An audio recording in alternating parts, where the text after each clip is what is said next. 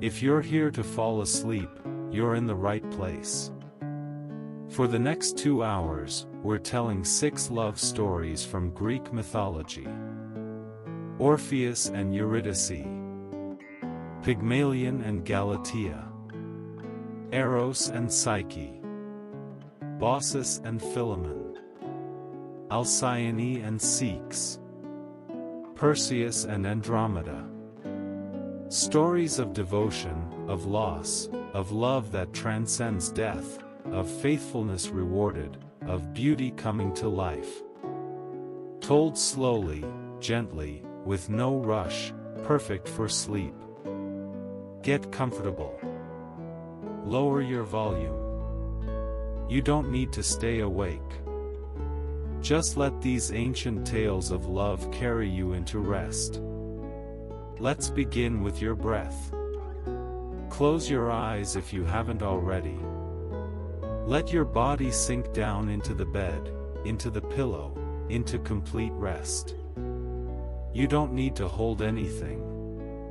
Just release. Let go. Breathe with me. In through your nose. Slowly. Filling your lungs. Hold for just a moment. And out through your mouth. Long, slow, like a sigh. Again. In, drawing in calm, drawing in peace. Hold. And out, releasing the day, releasing tension, releasing everything. One more time. In, deep and full. Hold, noticing the stillness.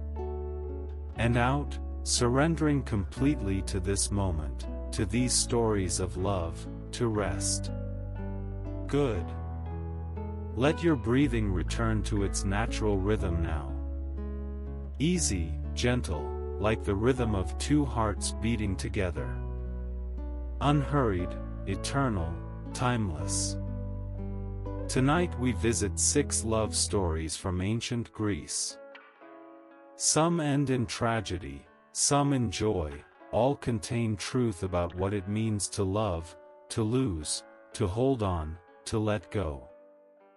But we tell them slowly, contemplatively, focusing not on drama but on the quiet moments, the devotion, the humanity within the myth.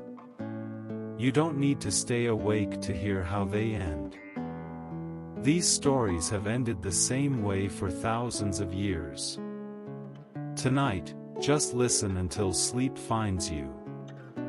Our first story is of Orpheus and Eurydice, the musician who descended into death itself for love. The most beautiful and most tragic of all Greek love stories. Let's begin. Story 1, Orpheus and Eurydice. The musician who walked into death.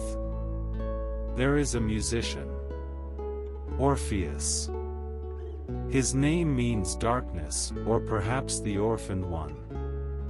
He lives in Thrace, northern Greece, among people who love music, who worship Dionysus with song and dance and ecstatic joy.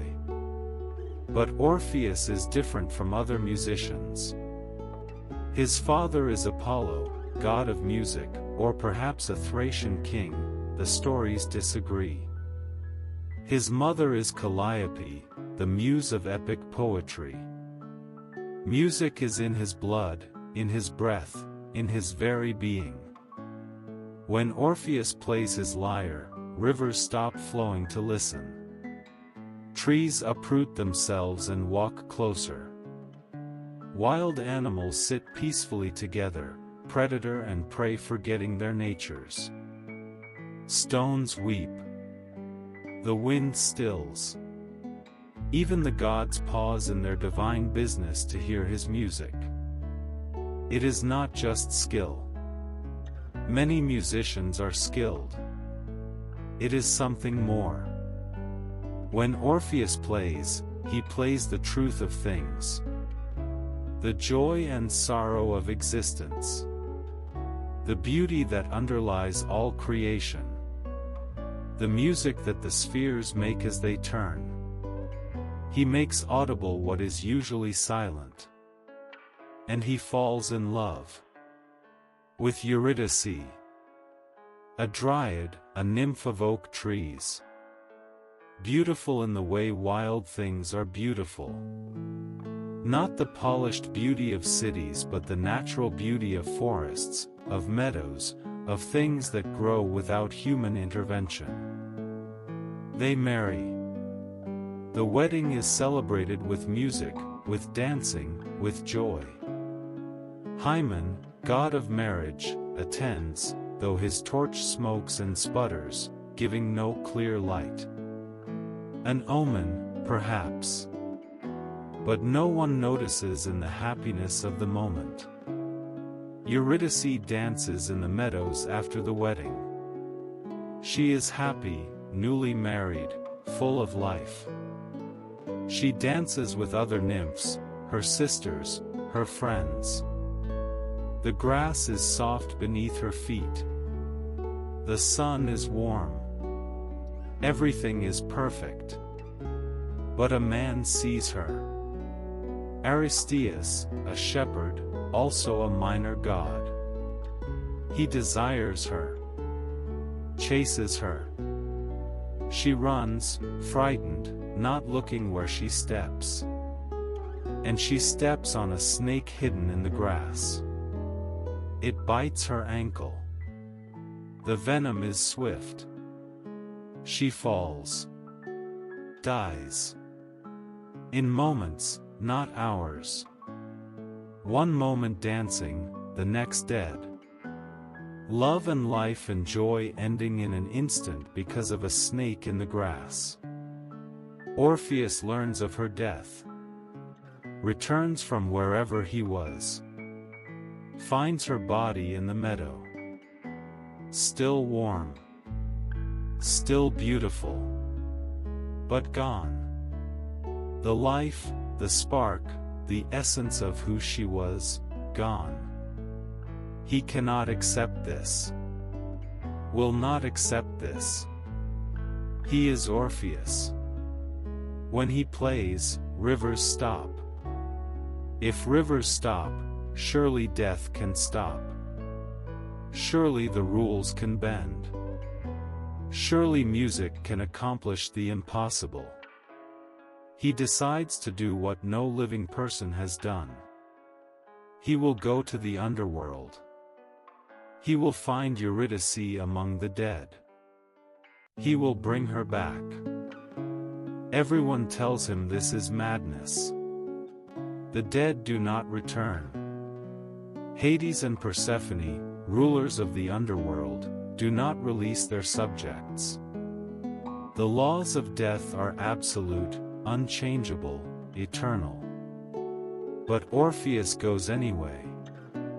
He takes his lyre. Walks to the entrance of the underworld, a cave at the edge of the world where daylight never reaches. Descends into darkness. The path slopes down. Deeper. Deeper. The air grows cold. The light fades. He walks through caverns where no living thing grows, where silence is absolute except for the sound of his footsteps, his breathing, his heartbeat. He reaches the river Styx.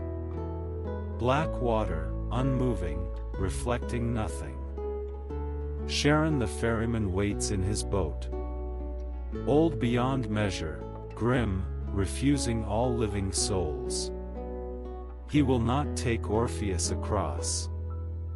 But Orpheus plays his lyre.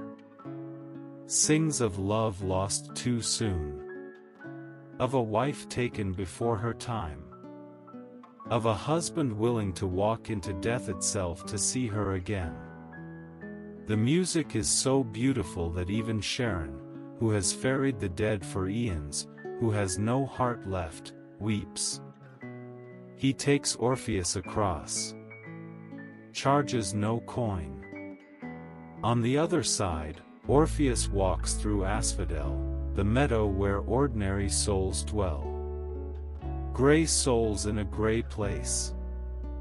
They turn to look at him, this living man, this musician. His music reminds them of life, of color, of emotion they no longer feel. They follow him, drawn by the music, remembering what it was to be alive. He passes Cerberus, the three-headed dog that guards the gates. The beast should tear him apart. That is its duty. But Orpheus plays. All three heads droop.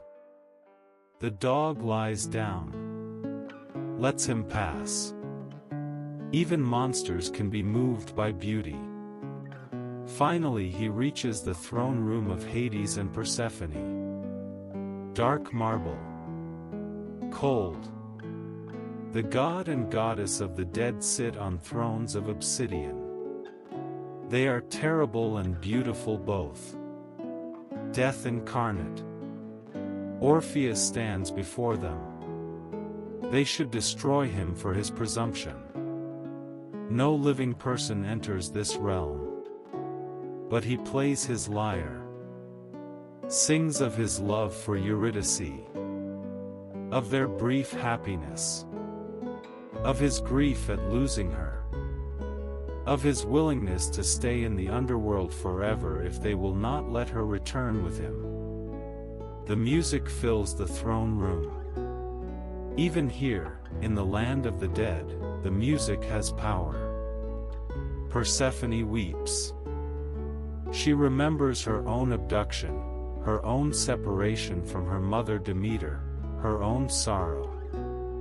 Hades, who never shows emotion, who is death itself, softens.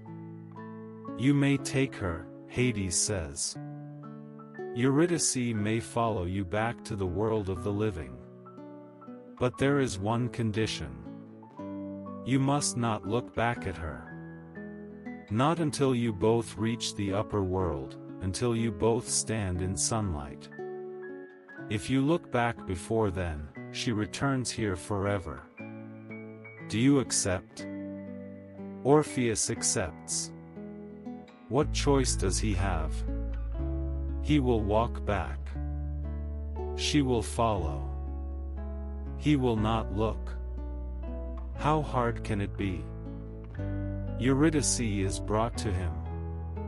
She stands behind him. She is pale, translucent, more shade than substance. But she is there. He wants to turn, to see her, to hold her. But he cannot. The condition is absolute. He begins to walk. Back through the throne room. Through the gates. Past Cerberus. Across Asphodel. To the river Styx. Charon ferries them both across. The path slopes up. Toward light. Toward life. Toward the world above. Orpheus walks steadily. He hears nothing behind him. No footsteps. Shades make no sound. Is she there? Is she following? Or is this a trick? Is he walking alone? Doubt creeps in. The path is long. Steep. He climbs in silence. Hearing nothing. Doubting. The distance between them grows in his mind. Is she there? She must be there. Hades promised. But gods lie. Everyone knows gods lie. What if this is cruelty, making him think she follows when she doesn't? He sees light ahead. Daylight. The entrance. Just a little further. Just a few more steps. He is almost there. Almost safe. But the doubt is too much. He must know. Must see. must be certain. Just before reaching the entrance, just as the sunlight touches his face but before he fully emerges, he looks back. And there she is. Eurydice. Following. She was there the whole time. But she is still one step in shadow, not yet in the light. The moment he looks, she begins to fade. Farewell, she says. Or tries to say. Her voice is already distant, already gone. She reaches for him but her hand passes through air. She is pulled back, down, into the underworld. Forever this time. No second chance. No appeal. Orpheus stands at the entrance. 1 foot in light, 1 in shadow. He tried to go back, to follow her again, but now the entrance is closed to him. The living can descend once. He has used his chance. He lives the rest of his life in grief. Plays music more beautiful than ever, but sad now, always sad. Sings only laments. Finally, he is killed by Maenads, torn apart in their frenzy. His head floats down the river Hebrus, still singing. In death, he descends again to the underworld. And there, in Asphodel, he finds Eurydice. They walk together forever in that great place, hand in hand, never separated again. In death, they have what they could not have in life. Some say this is tragedy. He was so close. One more step and they would have been saved. But he looked back. Couldn't trust. Couldn't wait. And lost everything. But perhaps there is another way to see it. He loved her so much that he walked into death. He played music that moved the unmovable. He almost accomplished the impossible. And in the end, they are together. Not in life, but in death. Forever. Love does not always get the ending we want. Sometimes it ends in tragedy. But the love itself, the devotion, the willingness to walk into darkness for another person, that is real. That remains. That is what makes the story worth telling 3,000 years later. Let this story stay with you as you drift into sleep. The music that moved death. The walk through darkness. The almost rescue. The reunion in the gray lands. The love that transcended one world and found completion in another. Rest now. The music still plays. Orpheus still sings. And in the underworld, he walks with Eurydice forever, never looking back because now there is no need. Sleep. Story 2, Pygmalion and Galatea. The statue that came to life. There is a sculptor. Pygmalion. He lives in Cyprus, the island sacred to Aphrodite, goddess of love and beauty. He is skilled beyond measure. When he carves marble, the stone seems to become flesh. His statues breathe, or almost breathe. People say the gods themselves gave him this gift. But Pygmalion has sworn off love. He has seen too many bad marriages, too many unfaithful women, too much disappointment and betrayal. The real women of Cyprus do not interest him. They are flawed, he thinks. Imperfect. Not living up to the ideal of beauty he carries in his mind. So he lives alone in his workshop. surrounded by marble and chisels and the statues he creates. He sells some to temples, to wealthy patrons. But he keeps the best for himself. They are his only companions. One day he begins a new work. A statue of a woman. He intends it to be the perfect woman, the ideal, everything a woman should be. Beautiful, of course. But also modest, graceful, kind in expression. The woman who exists in his imagination but nowhere in reality. He works on this statue for months. Years perhaps. It consumes him. He carves every detail perfectly. The face serene and lovely. The hair flowing naturally. The body proportioned ideally. The hands delicate. Every fold of her draped clothing natural, as if real fabric, not stone. The more he works, the more beautiful she becomes. And the more beautiful she becomes, the more he falls in love with her.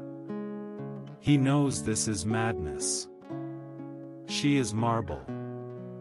Cold, lifeless stone. But he cannot help himself. She is perfect in a way no real woman is. She will never disappoint, never betray, never age or sicken or die. He gives her a name. Galatea. Though some versions say this was added later, that originally she had no name, just the statue. But Galatea is what we call her now. Galatea, which means, she who is milk white, like marble, like ivory, like perfect pale stone. When the statue is finished, Pygmalion cannot bear to leave it. He brings it gifts. Flowers, which he places in her marble hands. Jewelry, which he drapes around her neck. Beautiful clothes, which he dresses her in, though she cannot feel them. He speaks to her as if she can hear. Tells her about his day. His thoughts. His dreams. He kisses her marble lips. They are cold. He embraces her. She is hard, unyielding. He wishes, desperately wishes, that she were real. But she is stone. Only stone. Beautiful, perfect, but lifeless. Time passes. The festival of Aphrodite comes. All Cyprus celebrates. People bring offerings to the goddess's temples. Make sacrifices. Ask for blessings. Pygmalion goes too, though he has never asked the gods for anything before. He stands before Aphrodite's altar. The statue of the goddess looks down at him. Beautiful, as all her images are. He hesitates, then speaks his prayer. Not aloud. The prayer is too strange, too embarrassing. He cannot say, "Give me my statue as a wife." Even he knows how mad that sounds. So instead he prays, "Grant me a wife like my statue. Someone as beautiful, as perfect, as graceful as the woman I carved." He thinks this is safer. Less crazy. Asking for someone like her, not for her. But Aphrodite hears. She understands.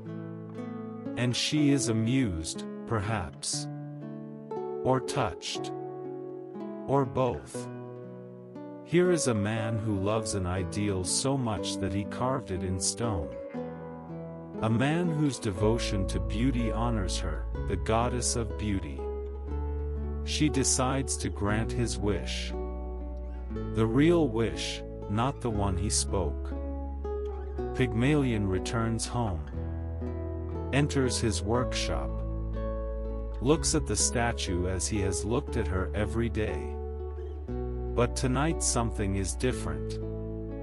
The altar fires were burning high. The flame leaped up 3 times.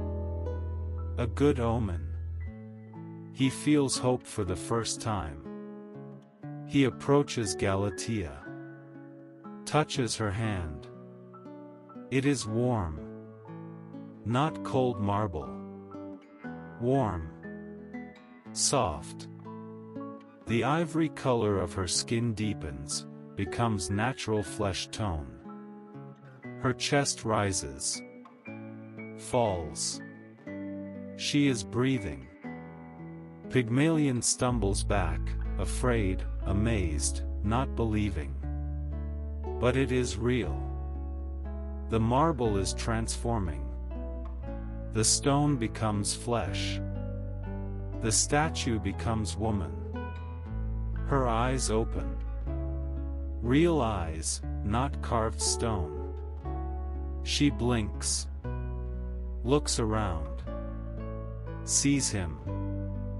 She steps down from her pedestal. Her first step as a living being. Pygmalion steadies her. She smiles at him. Does she understand what she is? Where she came from? Was she conscious as a statue, aware but unable to move? Or does her consciousness begin only now, in this moment of transformation? The stories don't say. But she is here. Real. Alive. Everything he wished for. The perfect woman he carved, given life by a goddess's grace. They marry. The goddess Aphrodite herself attends the wedding. Blesses it. Gives them her favor.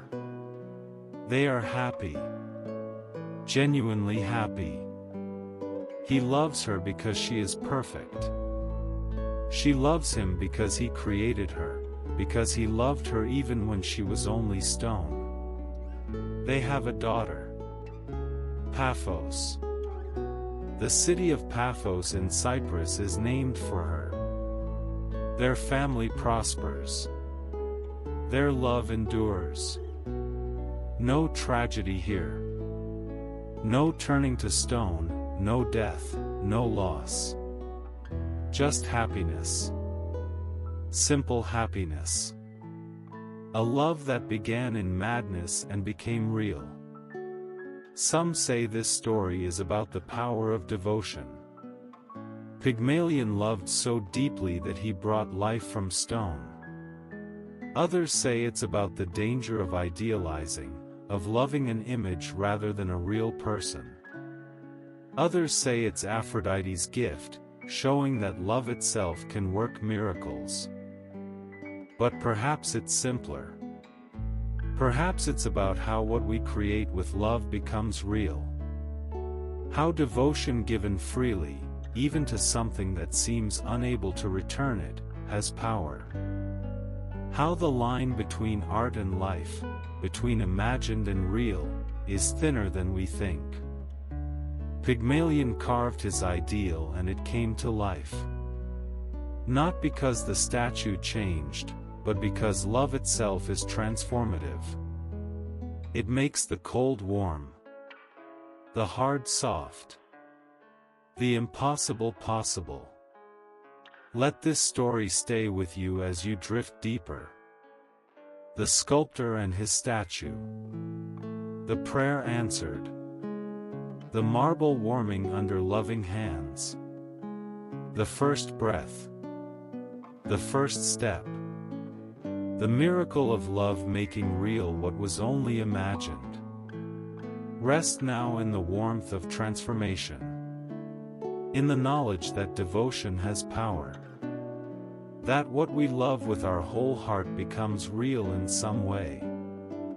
That Aphrodite still watches over those who honor beauty and love with complete dedication. Sleep. Story 3, Eros and Psyche. The god who loved a mortal. There is a princess, Psyche. Her name means soul or butterfly. She is the youngest of 3 sisters. And she is so beautiful that people stop worshipping Aphrodite and worship her instead. They build no more temples to the goddess. Instead they bring offerings to Psyche. They call her the new Aphrodite, more beautiful than the goddess herself. This is dangerous. Gods do not like to be replaced. Aphrodite especially does not like to be replaced. She is the goddess of beauty. That is her domain. For a mortal to be called more beautiful is an insult that cannot be borne. Aphrodite calls her son Eros. Some call him Cupid in Latin, the god of love. He appears as a beautiful young man with wings, carrying a bow and arrows. When he shoots someone with his arrows, they fall in love with the next being they see. He is his mother's weapon, her way of punishing those who offend her. Go to this girl Psyche, Aphrodite tells him. Shoot her with your arrow. Make her fall in love with the most monstrous, despicable creature you can find. A beast. A creature so terrible that all will pity and scorn her. That will be her punishment for daring to rival me. Eros goes. Finds Psyche. Sees her. And she is beautiful. More beautiful than he expected. Not just physical beauty but something more. An inner light. A quality that draws him. He prepares his arrow to shoot her. But he is distracted by her beauty. Stumbles. Pricks himself with his own arrow. Falls in love with her instantly, irrevocably. The god of love, who has caused countless others to fall in love, falls in love himself. But he cannot tell her. Cannot reveal himself. His mother would be furious. His identity as a god must remain secret. So he arranges something else. Psyche's parents are troubled. She is so beautiful that no man will marry her. They worship her but do not court her. She is too perfect, too goddess-like. Mortal men are afraid. Her 2 sisters, less beautiful, marry well. But Psyche remains alone. Her parents consult an oracle. The oracle, prompted by Eros, tells them terrible news. Psyche must be dressed in funeral clothes and left on a mountain top. A monstrous husband will come for her. Not mortal but a creature feared even by gods. The parents weep but must obey. Psyche is dressed in black. Led to a mountain. Left alone. A living sacrifice to an unknown monster. She waits, terrified, for whatever will come. But instead of a monster, a gentle wind comes.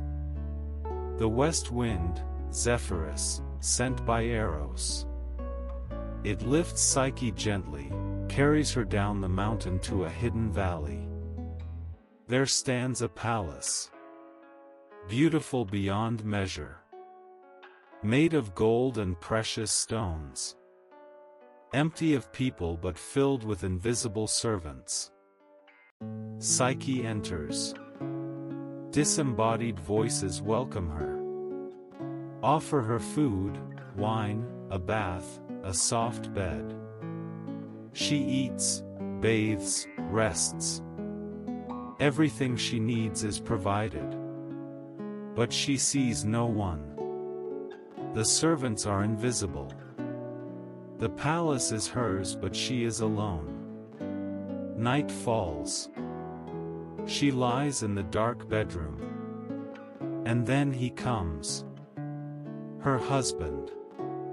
She cannot see him. It is too dark. But she feels him lie beside her. He speaks.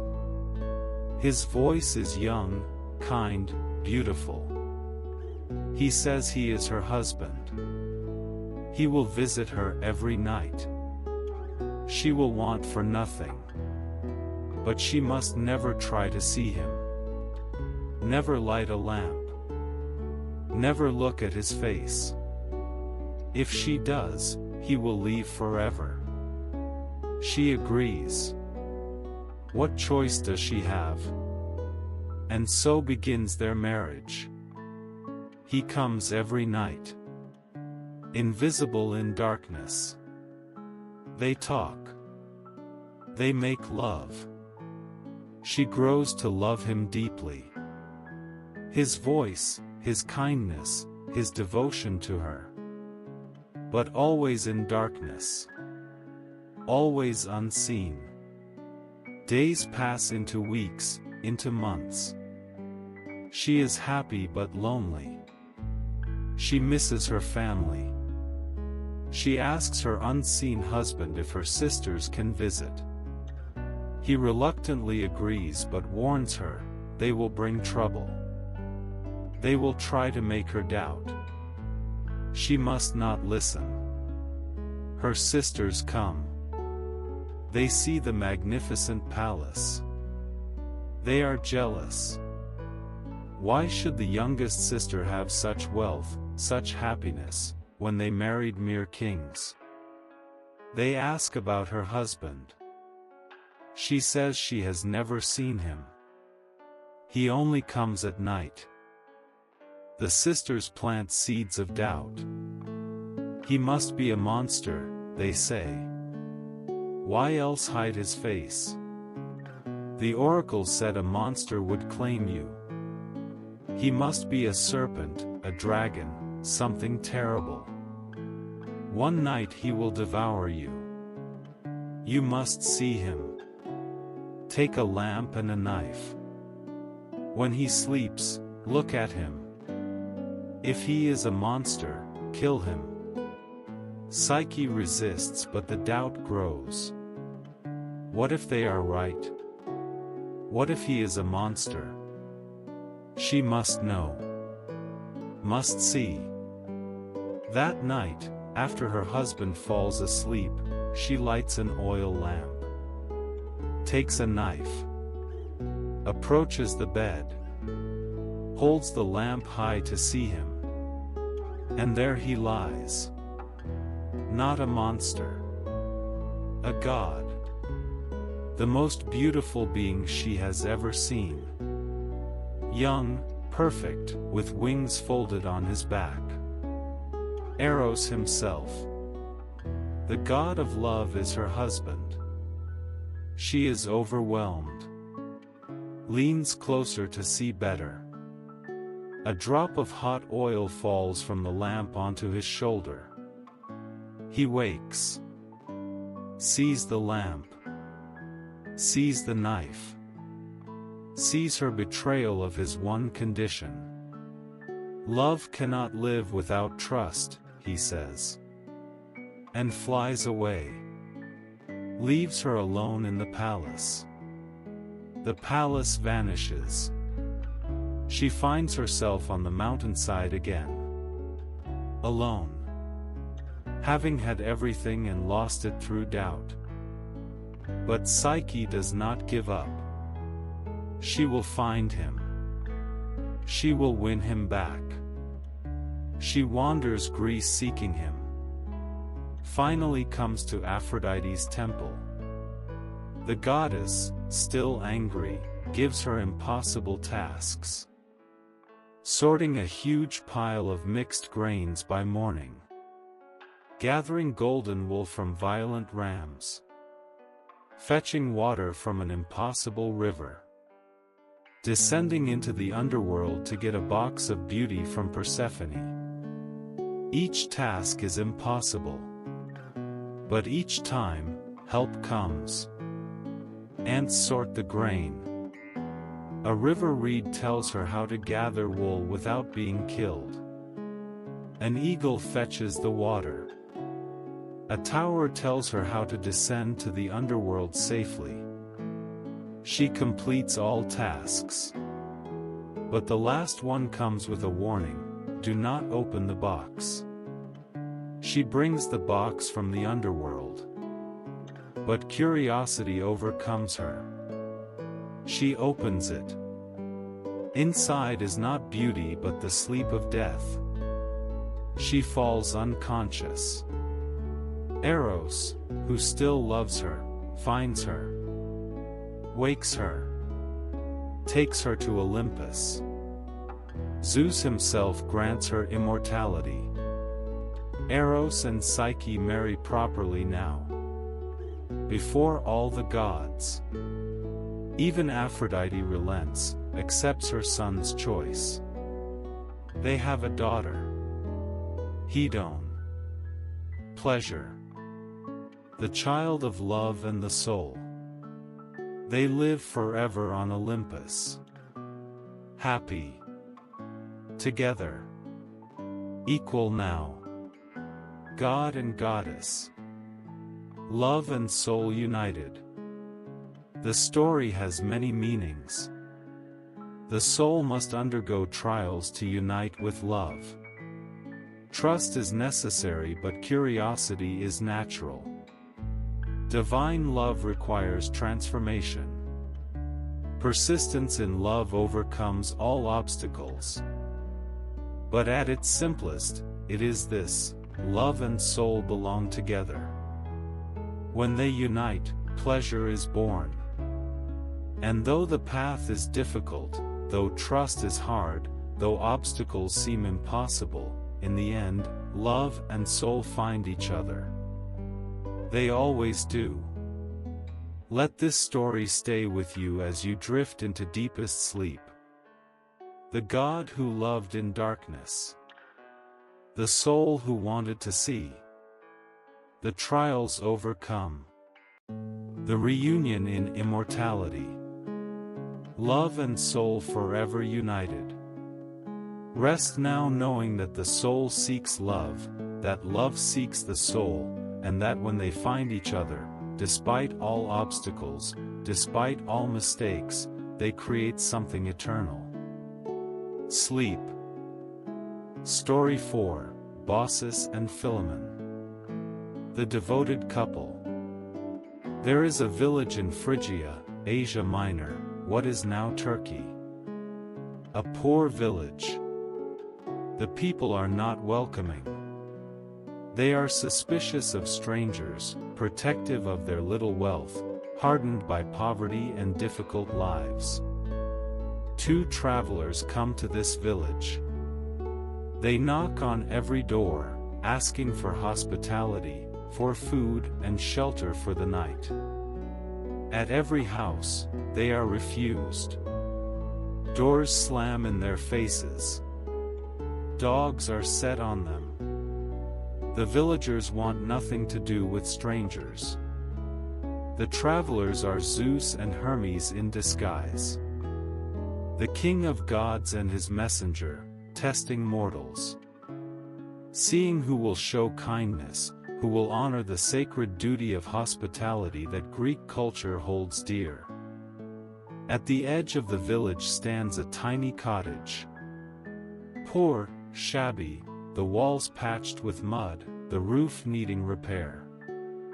An old couple lives here. Baucis and Philemon. They have been married for decades. Grew up in this village, grew old here, together, never wealthy, never leaving, just living simply, loving each other, tending their small garden, keeping their tiny home. Zeus and Hermes knock on this last door. Baucis opens it. Sees 2 tired, dusty travelers. Without hesitation, she welcomes them in. "We have little," she says, "but what we have, we share." Philemon brings a bench, worn but clean, covered with a woven cloth. "Sit," he says. "Rest. Let us prepare a meal." They bustle about their tiny cottage, preparing everything they have. Baucis lights a fire. Philemon cuts vegetables from their garden. They kill their only goose, the one they were saving for winter.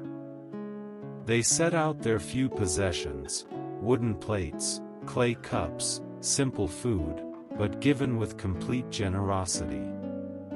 The old couple serve their guests, giving them the best portions, apologizing that they cannot offer more.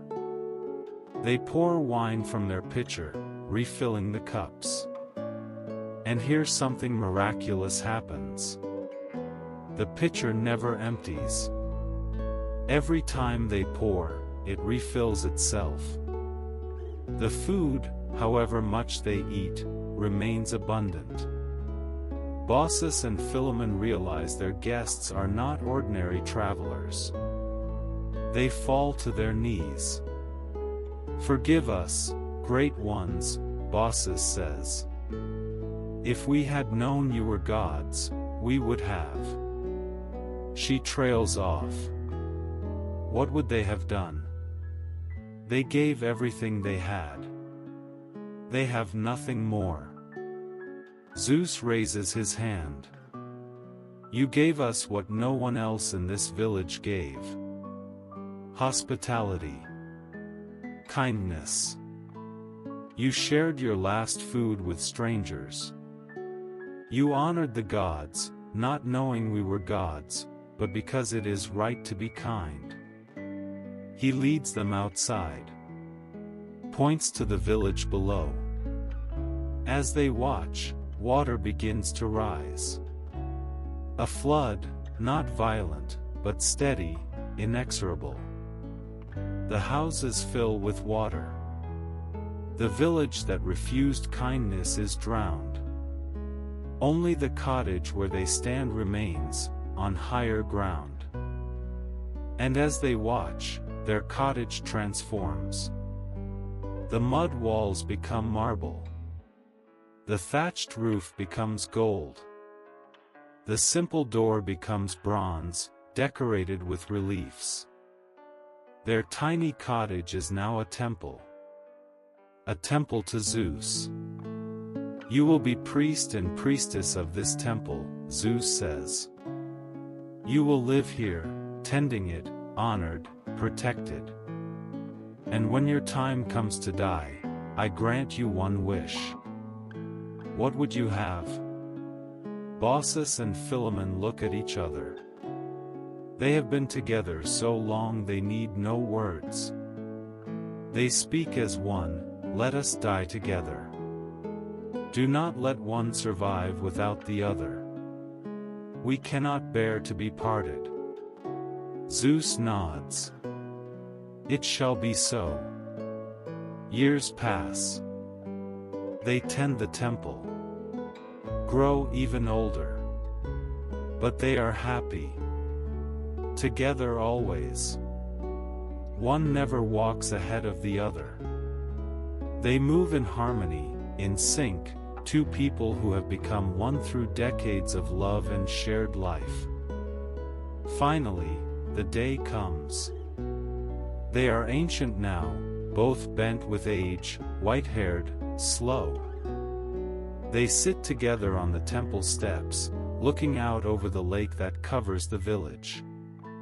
And as they sit, they begin to change. Bark grows on their skin. Their feet root into the ground. Their arms become branches. They are transforming into trees. They look at each other. "Farewell, dear one," Baucis says. But already her mouth is becoming wood. "Farewell," Philemon answers, as leaves sprout from his fingers. They become two trees, an oak and a linden, standing side by side before the temple. Their branches intertwine above. Their roots intertwine below. Even as trees, they are together, touching, unified. For centuries, these trees stand.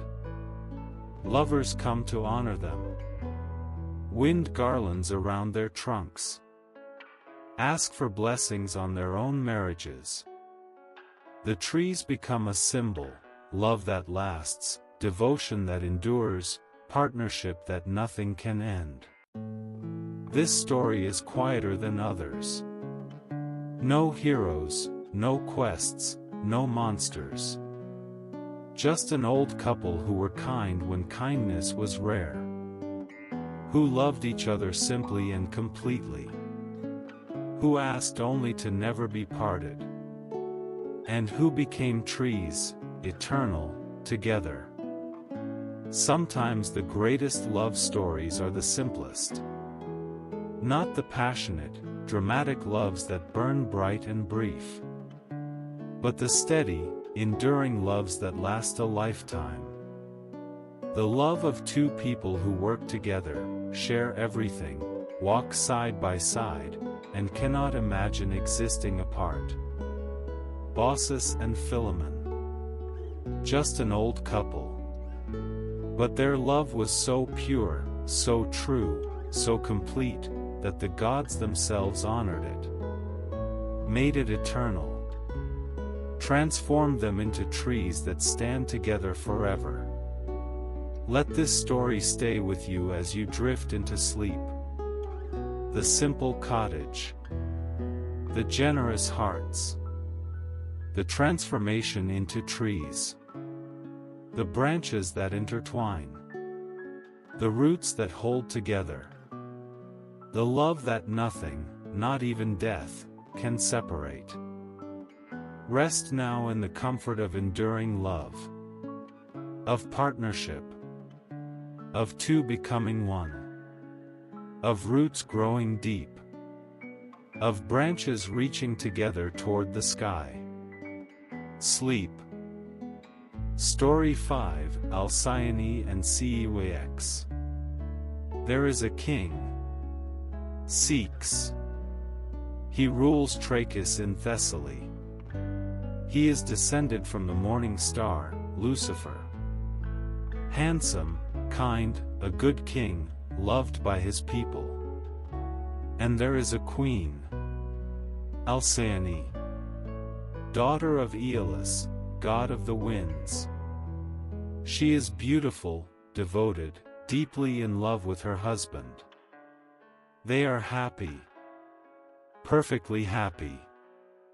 As happy as mortals can be. But Hice is troubled. His kingdom faces problems he cannot solve. Omens appear that he cannot interpret. He decides he must consult an oracle, seek divine guidance. He must sail to Claros, across the Aegean Sea, to the temple of Apollo there. Alcyone begs him not to go. She is the daughter of the wind god. She knows the sea. Knows the winds. Knows how dangerous they are. Do not sail, she says. Send someone else. Or go by land, however long it takes. But do not trust the sea. My father's winds are not always kind. But Hice must go. This is his duty as king. He promises he will return before 2 months pass. He kisses her goodbye. Boards his ship. Sails away while Alcyone watches from the shore, weeping, fear in her heart. For days the sailing is good. Fair winds, calm seas. The ship makes good progress. Hice thinks perhaps Alcyone worried for nothing. Perhaps the gods favor his journey. But in the middle of the sea, far from any land, a storm rises. Not a natural storm. This is Aeolus unleashing his winds in their full fury. Perhaps he is angry at being ignored. Perhaps this is just the wind's nature. They are wild, powerful, uncontrollable. The waves grow mountainous. The ship is tossed like a toy. Rain pours down, visibility drops to nothing. The sailors struggle, but they are helpless against this fury. The mast breaks. The sails tear. Water pours into the hull. Hice knows they will sink. As the ship breaks apart, as the waves tower above him, he thinks only of Alcyone. Prays that his body will wash up on shore, that she will find him, that she can bury him properly. His last word, as the sea takes him, is her name, Alcyone. Back in Trachis, Alcyone waits. Counts the days. Prays to Hera, goddess of marriage, for her husband's safety. Goes to Hera's temple every day, burns incense, offers sacrifices, asks for Hice's safe return. Hera hears these prayers. Knows the truth. Hice is dead, drowned. But Alcyone keeps praying to Hera for a dead man's safety. Hera cannot bear this.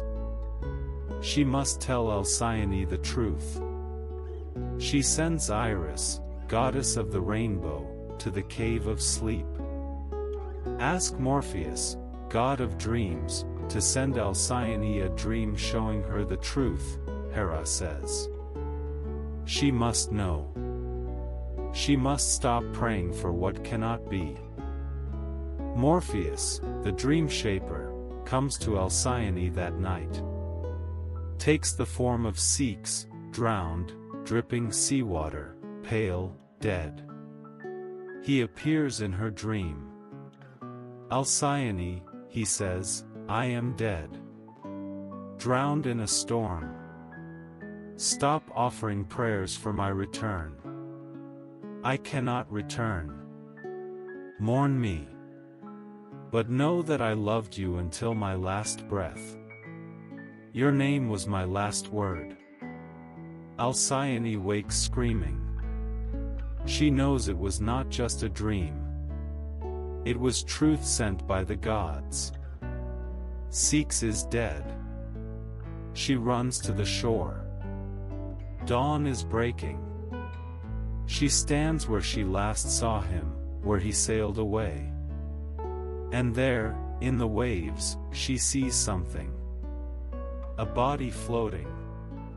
Coming closer. She wades into the water. It is Hice. His body, preserved by divine intervention, washing ashore where she stands. She embraces him. Weeps over him. You promised, she cries. You promised to return. And you have. But not as I wished. Not alive. Not whole. She cannot bear this. Cannot live without him. She climbs to the top of the harbor wall. Prepares to throw herself into the sea. To die with him. To join him in death. But as she leaps, something happens. Her body transforms. She does not fall. She flies. Wings sprout from her arms.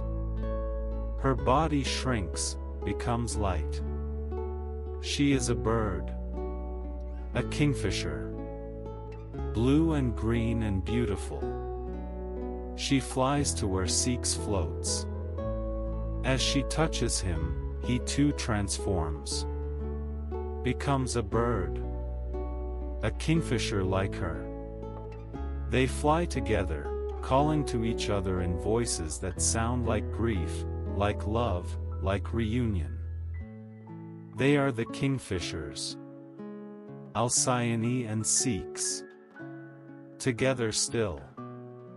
In winter they nest on the sea. And for 7 days, while Alcyone broods her eggs, the sea is calm. Aeolus, her father, forbids his winds to blow. Those are the halcyon days. The calm days in winter. Named for Alcyone. Given as a gift so she can nest safely on the sea that killed her husband. Even now, sailors watch for kingfishers. They are good omens. The birds are Alcyone and Hice, together forever. Transformed by the gods because their love was too pure, too strong to be ended by death. This story says, some loves transcend death. Some devotions are so complete that not even the sea, not even drowning, not even the final separation can end them. The gods see. The gods care. And sometimes, in rare cases, the gods intervene. Alcyone could not live without Hice. But she does not die. She transforms. Joins him in another form. And they remain together. Forever. Flying above the sea that took him, nesting on it during the calm days her father grants. Let this story stay with you as you drift into deepest sleep. The storm at sea. The dream of truth. The body returning. The transformation into birds. The halcyon days of calm. The love that even death transforms rather than destroys. Rest now as kingfishers rest on calm seas. In the peace that follows storms. In the calm days granted by a grieving father. In the knowledge that transformation, not ending, awaits the truest loves. Story 6, Perseus and Andromeda. You know Perseus already. You have heard how he killed Medusa. But that is only part of his story. After the Gorgon, after the impossible quest, comes something else. Something simpler. Love. Perseus is flying home. He wears the winged sandals Hermes gave him. The cap of invisibility is in his bag, along with Medusa's head. He flies over the sea, heading toward Seriphos, toward his mother, toward completing his quest. But below him, he sees something strange. A figure on a rock by the sea. A woman. Chained. Wearing white, her hair loose, crying. Left alone as the tide rises. Perseus descends. Becomes visible. Approaches. He sees she is beautiful. Young. Afraid. The chains are bronze, unbreakable. Her wrists bleed where she has struggled against them. Why are you here? He asks. Why are you chained? She is Andromeda, princess of Ethiopia. Her mother, Queen Cassiopeia, boasted that Andromeda was more beautiful than the Nereids, the sea nymphs. This angered Poseidon, god of the sea. He sent a sea monster to ravage the coast. The only way to appease him, the oracle said, was to sacrifice Andromeda. Chain her to a rock. Let the monster take her. So here she is. Waiting to die. To be eaten by a monster because her mother was proud. Perseus looks at her. This beautiful girl, doomed through no fault of her own. He has just killed one monster. Why not another? If I save you, he says, will you marry me? Andromeda laughs bitterly. Why not? If you can save me, I'll marry anyone. But no one can save me. The monster is coming. And it is. Perseus sees it rising from the sea. Huge. Serpentine. With massive jaws. A sea dragon, ancient and terrible. It rises toward Andromeda. Perseus flies up. Draws his sword, the adamantine blade that cut Medusa's neck. The monster sees him. Ignores the chained girl. This flying man is a strange threat. The monster lunges at Perseus. They fight in the air above the sea. The monster is powerful, but Perseus is fast. He darts in, cuts, flies away. The monster thrashes. The sea churns. Blood, dark and oily, stains the water. But Perseus tires. His arms grow heavy. The monster is too large, too strong. He cannot kill it this way. He needs something else. He reaches into his bag. Pulls out Medusa's head. Holds it high. Turns away so he does not see it himself.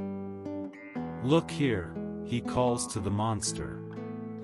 The sea monster sees the Gorgon's head. Its eyes meet Medusa's eyes. And it turns to stone. Instantly.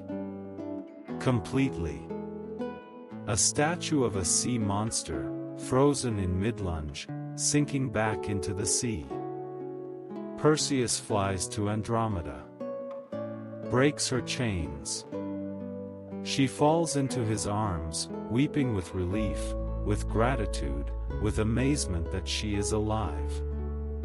He takes her to her parents. King Cepheus and Queen Cassiopeia are preparing for mourning. They think their daughter is dead or dying. But here she is, alive, saved by this flying hero. I will marry your daughter, Perseus says. We made a bargain. I saved her. She is mine. But there is a problem. Andromeda is already betrothed to Phineus, her uncle. The betrothal was arranged years ago. Phineus arrives at the palace. Demands his bride. She is mine by contract, he says. You cannot give her to this stranger. You did not save her, Perseus says. Where were you when she needed help? You let her be chained to a rock. You let her face the monster alone. You have no claim. Phineus brings armed men. Tries to take Andromeda by force. But Perseus reaches into his bag. Pulls out Medusa's head. Turns Phineus and all his men to stone. Statues. Frozen forever. Now Perseus and Andromeda can marry. The wedding is celebrated. They leave Ethiopia, fly to Seriphos, where Perseus completes his original quest. Shows Polydectes the Gorgon's head. Turns the evil king to stone. Perseus gives Medusa's head to Athena. The goddess places it on her aegis, her shield, where it remains forever. He returns the magical items to the gods who lent them. He becomes king of Seriphos. Later, king of Argos. He and Andromeda have many children: Perseus, Perses, Alcaeus, Sthenelus, Helios, Mestor, Electrian, and one daughter, Gorgophone, whose name means Gorgon Killer. They become ancestors of heroes. Heracles is their descendant. So is Helen of Troy.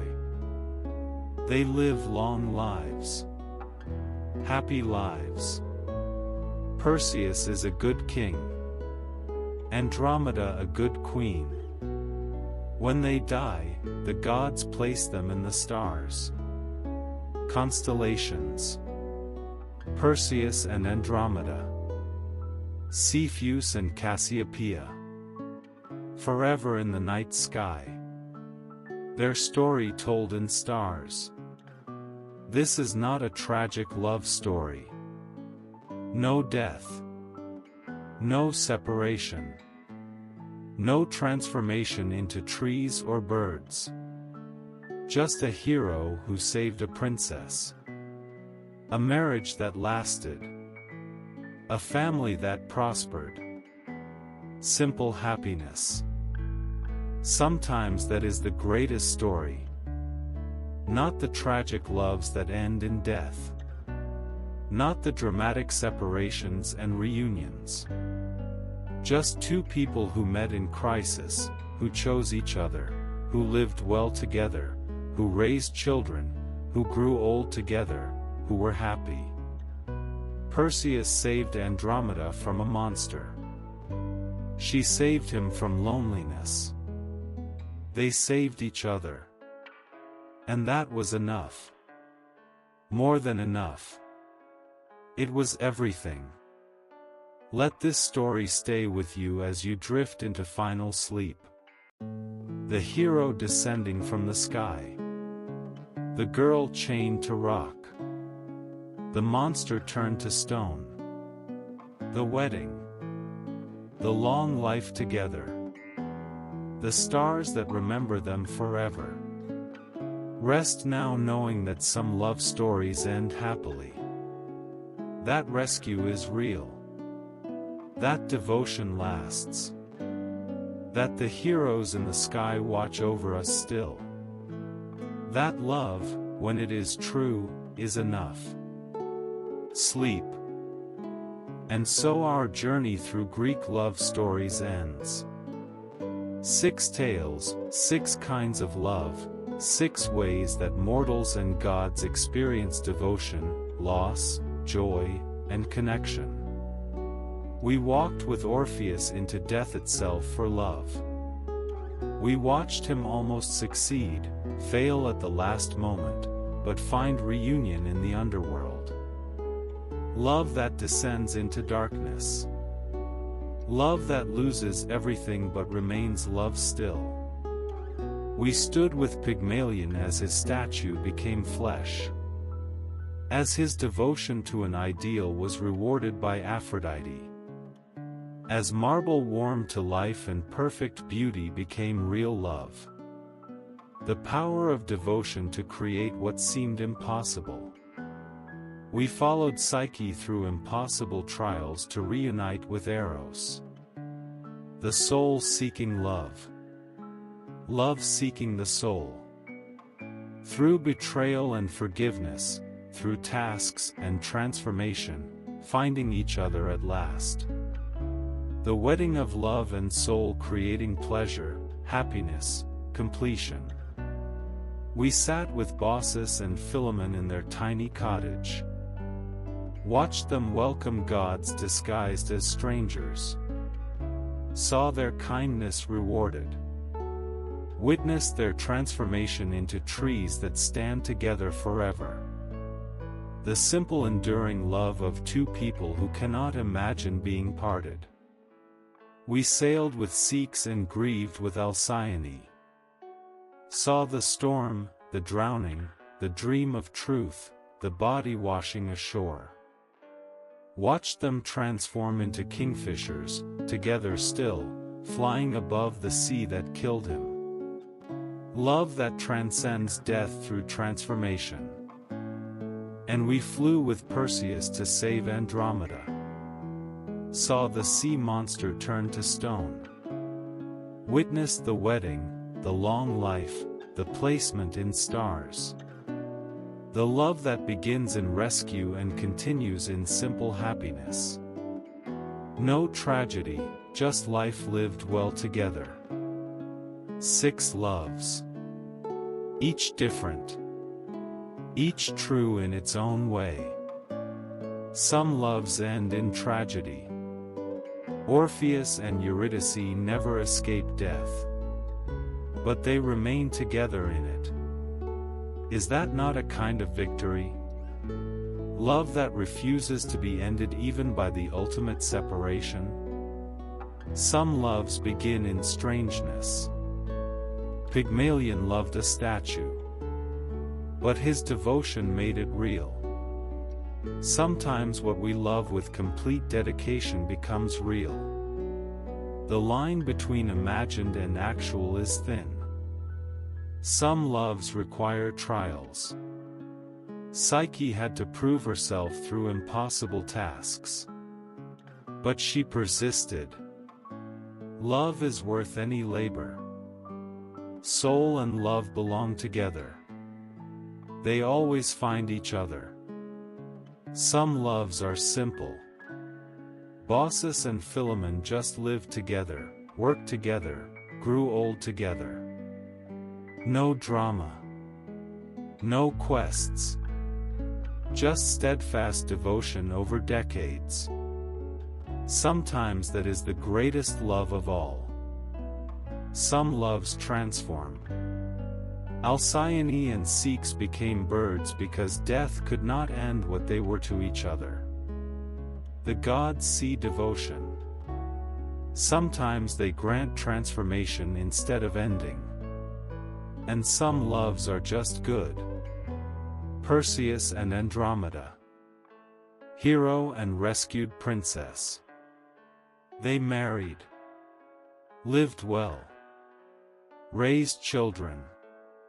Grew old. Were happy. Not every story needs tragedy to be meaningful. What do these stories teach? That love takes many forms. That devotion has power. That the gods honor true love. That loss is real but not final. That transformation is possible. That happiness exists. But perhaps the deepest truth is this: love is what makes us human. Or what makes us more than human. The gods intervene in love stories more than in any other kind. Because love matters. To mortals and immortals both. Orpheus played music that moved death. Pygmalion carved beauty that came to life. Psyche endured trials that broke others. Baucis and Philemon gave everything they had to strangers. Alcyone leaped into the sea for love. Perseus flew through air to save a stranger who became his wife. All for love. All because of love. All proving that love, whether tragic or joyful, ending or enduring, is the force that moves the world. That touches the gods. That makes stones weep and rivers stop and death itself relent. Tonight you have heard these stories. Walked these paths. Felt these loves. Now let them settle into your dreams. Let the devotion of these lovers, mortal and divine, ancient and eternal, become part of your rest. You are falling asleep remembering that love exists. That people have loved fiercely for thousands of years. That the stories endure because the love was real. That we still tell them because we still feel what they felt. Rest now in the company of lovers. Orpheus playing his lyre in the underworld.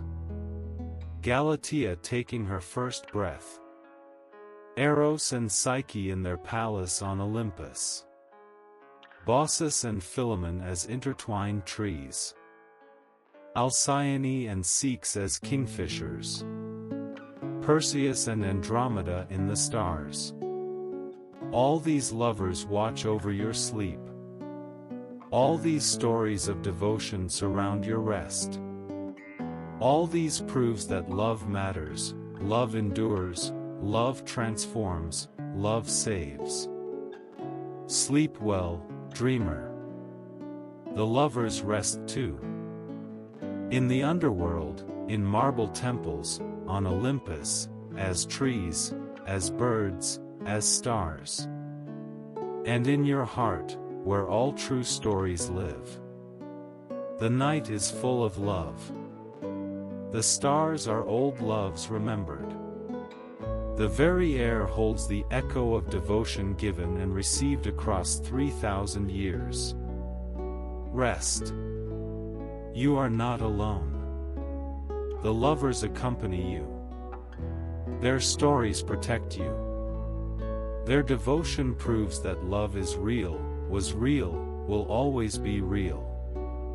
Good night from ancient Greece. Good night from lovers who became myths. Good night from devotion that outlasted empires and civilizations. The love stories end, but love itself never ends. It transforms, continues, renews. Like Psyche it dies and resurrects. Like Galatea it comes to life. Like Alcyone it takes flight. Like Baucis and Philemon it roots deep and stands eternal. Sleep in love. Dream of love. Wake to love. It has always been here. It will always be here. The Greeks knew this. The gods know this. Now you know this too. All is love. All is devotion. All is exactly as it should be. Good night.